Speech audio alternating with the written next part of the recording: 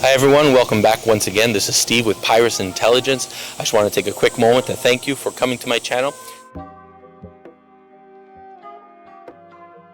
This one here is called the Inferno Torch, and I know a lot of people have had difficulty using this one, and the reason why they seem to say that they have difficulty is because they say that every time you depress the safety lever valve, the torch, the flame will go out, it extinguishes itself. Now the problem with that is this here.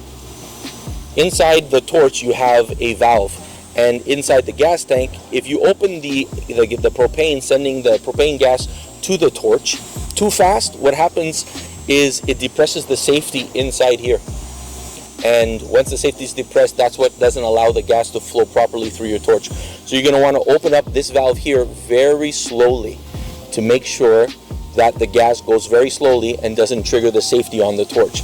And when I say slowly, I'm going to show you just how slowly I'm doing it here. Okay, so I already have it.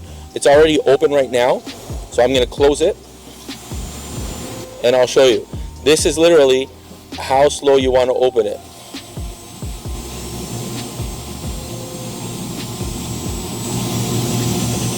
You don't want to release too much of the fuel.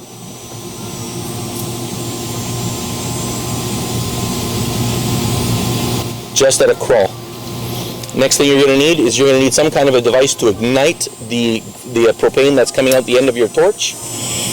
We're going to be using this one today. Once again, depends on the size of the torch or the burning device that you're using. And obviously get something that's long enough that your hand won't be in the area of the flame, and light it away from you, from any device or any object that can possibly explode, like fuel. Please don't use this in an area where you have gas cans from your lawnmower or from a snowblower or what have you. Just be a little bit more intelligent with how we use tools. All right, so we're going to light this up and we're going to get started, and I'm going to show you how we go about doing this.